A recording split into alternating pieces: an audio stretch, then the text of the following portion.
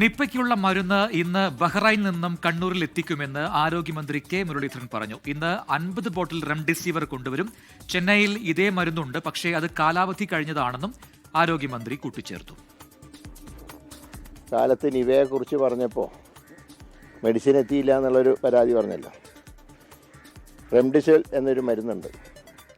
അത് ഞങ്ങൾ ബഹ്റിൽ നിന്ന് ഡൽഹിയിലെത്തി 7 മണിയുടെ ഇൻഡിഗോ ഫ്ലൈറ്റിന് അത് കണ്ണൂർ എയർപോർട്ടിലെത്തും. 200 ആണ് വേണ്ടത്. ഇന്നിപ്പോൾ 50 വരുന്നുണ്ട്. 150 അതായത് ബോട്ടിലാണ്. 50 ബോട്ടിൽ ഇന്ന് ഈ ഫ്ലൈറ്റിൽ ഇൻഡിഗോ ഫ്ലൈറ്റിന് 10 മണിക്ക് കണ്ണൂരെത്തും.